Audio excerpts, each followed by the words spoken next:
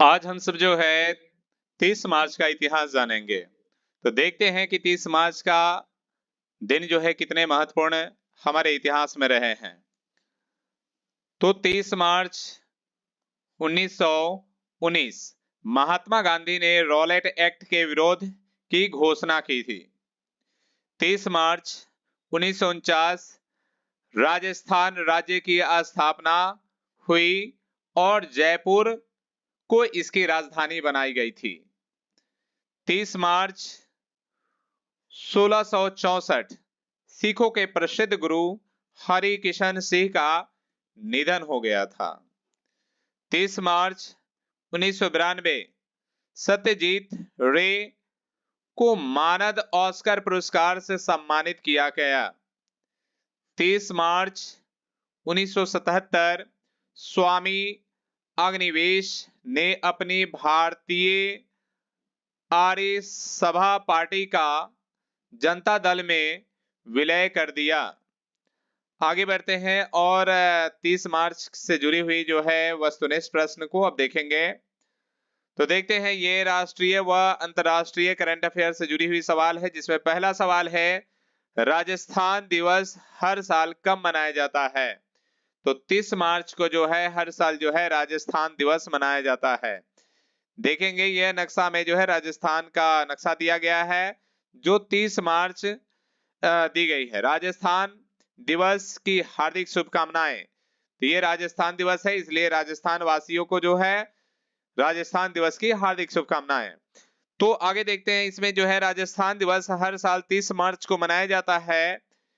इस दिन 1949 में 4 राज्य संयुक्त राजस्थान राज्य में शामिल हो गए और इस क्षेत्र को बृहद राजस्थान के रूप में जाना गया। पूर्व में राजस्थान को राजपूताना के नाम से जाना जाता था, जिसका अर्थ है राजपूतों का देश। राजस्थान का अर्थ राजा का निवास है। आगे बढ़ते हैं, क्वेश्चन नंबर सेकंड देखते हैं। हाल ही में संपर्क रहित भुगतान के लिए फ्लैश पे किसने लॉन्च किया है। तो ये जो है फेडरल बैंक ने लॉन्च किया है। फेडरल बैंक ने संपर्क रहित भुगतान के लिए एनपीसीआई के साथ साझेदारी में फ्लैश पे लॉन्च किया।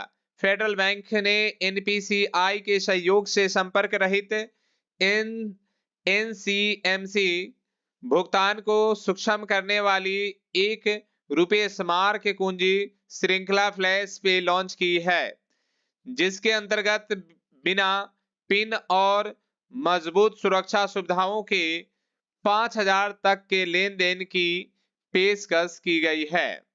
आगे बढ़ते हैं, आगे हमारा प्रश्न नंबर 3 है। हाल ही में भारतीय पुरातत्व सर्वेक्षण ने कितने केंद्रीय संरक्षित स्मारकों की सूची से हटाने का फैसला किया है। तो ये जो है 18।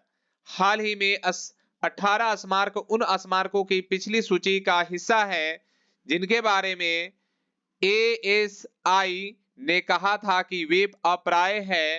अब जिन स्मारकों की सूची से हटाने का सामना करना पड़ रहा है उनमें हरियाणा के मुजेसर गांव में कोस मीनार नंबर 13 के रूप में दर्ज मध्ययुगीन राजमार्ग मील का पत्थर और दिल्ली में बराखंबा कब्रिस्तान शामिल है। आगे बढ़ते हैं, क्वेश्चन नंबर 4 को देखेंगे।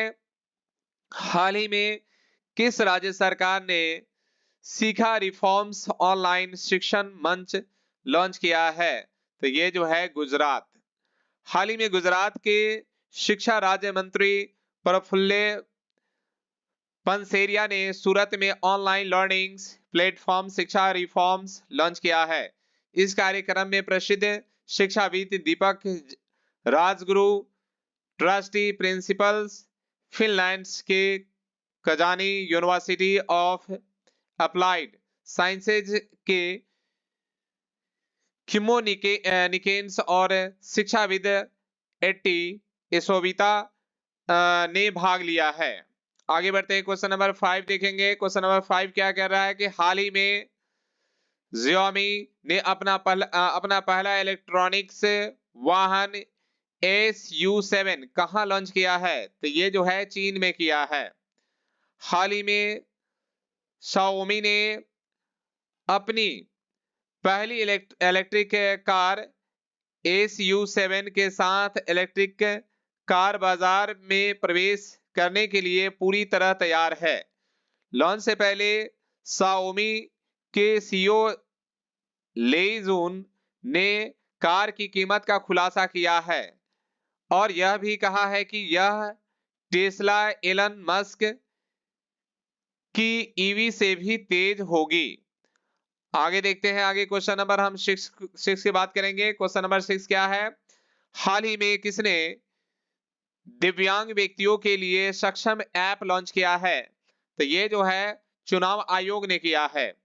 हाल ही में चुनाव आयोग ने आगामी लोकसभा चुनाव को ध्यान में रखते हुए सभी मतदाताओं के वोट को सुनिश्चित कराने के लिए 85 वर्ष से अधिक आयु के मतदाता और 40% दिव्यांगता वाले सभी व्यक्तियों को घर से मतदान कराने की घोषणा की है। इसके अलावा सभी मतदान केंद्रों पर स्वयंसेवकों, व्हीलचेयर और दिव्यांग व्यक्तियों और बुजुर्गों के लिए परिवहन सुविधाओं की व्यवस्था भी रहेगी। आगे बढ़ते हैं, आगे क्वेश्चन नंबर हमारा 7 है। 7वां नंबर क्वेश्चन क्या कह रहा है कि हाल ही में अभय ठाकुर को म्यांमार में किस देश का राजदूत नियुक्त किया गया है? तो ये जो है भारत का राजदूत नियुक्त किया गया है। वह भारतीय विदेशी सेवा के 1992 बैच के अधिकारी है। उन्होंने भारत की G20 की अध्यक्षता के दौरान G20 प्रक्रिया के शेरपा के रूप में कार्य किया था। वर्तमान में वह विदेश मंत्रालय में विशेष कर्तव्य अधिकारी और तख्तापलट में सेना द्वारा सत्ता पर कब्जा करने के बाद से म्यांमार लोकतंत्र की बहाली के लिए विरोध प्रदर्शन का सामना कर रहा है। आगे बढ़ते हैं, क्वेश्चन नंबर 8 को देखेंगे। हाल ही में जारी हुए रिसर्च की 2024 ग्लोबल रिच लिस्ट में एशिया की बिलियनियर कैपिटल कौन बना है? तो ये बना है मुंबई। क्या बना है? मुंबई। तो आगे देखते हैं कि क्या ये हुरून रिसर्च की 2024 ग्लोबल रिच लिस्ट के अनुसार मुंबई तेजी से एशिया के अरबपति और केंद्र के रूप में उभरा है और पहली बार बीजिंग से आगे निकल गया है। भारत की वित्तीय राजधानी में अब 92 यानी कि 92 अरबपति है, जो बीजिंग के 91 अरबपतियों से अधिक है। फिर भी चीन में भारत के 271 की तुलना में अधिक 814 अरबपति है, यानी कि चीन अभी भी जो है भारत से जो अरबपतियों में आगे है। आगे देखते हैं, क्वेश्चन नंबर 9 की बात करेंगे। तो हाल ही में किस हाई कोर्ट ने मदरसा शिक्षा अधिनियम को रद्द किया है? तो ये जो है इलाहाबाद कोर्ट ने किया है। उत्तर प्रदेश मदरसा शिक्षा बोर्ड अधिनियम 2004 को इलाहाबाद उच्च न्यायालय ने असंवैधानिक और धर्मनिरपेक्षता के सिद्धांत का उल्लंघन घोषित किया। इलाहाबाद उच्च न्यायालय ने राज्य सरकार के वर्तमान छात्रों को औपचारिक स्कूली शिक्षा प्रणाली में समायोजित करने को कहा। याचिकाकर्ता ने इस बात पर आपत्ति जताई कि मदरसों का प्रबंधन शिक्षा विभाग के बजाय अल्पसंख्यक कल्याण विभाग द्वारा किया जाता है। आगे देखेंगे, क्वेश्चन नंबर 10 नंबर क्वेश्चन है, जो कि आज का लास्ट क्वेश्चन है। हाल ही में किसे यूपीएस में निदेशक नियुक्त किया गया है? तो ये जो है हंसा मिश्रा को जो है 2010 बैच की भारतीय लेखा परीक्षक और लेखा सेवा के अधिकारी हंसा मिश्रा को संघ लोक सेवा आयोग दिल्ली में निदेशक के रूप में नियुक्त किया गया है। उनकी नियुक्ति भारत के नियंत्रक एवं महालेखा परीक्षक द्वारा केंद्रीय प्रतिनियुक्ति के लिए सिफारिश किए जाने के बाद हुई है। तो यही हमारी जो है हंसा मिश्रा है, जो जिनको जो नियुक्त किया गया है। तो इसी तरह आज का हमारा जो है प्रश्न सभी खत्म हो गए। आप सभी इसे 1 से 2 बार अगर आप इसे रिपीट कर लेते हैं तो आपके जो है हमेशा के लिए याद हो जाएंगे।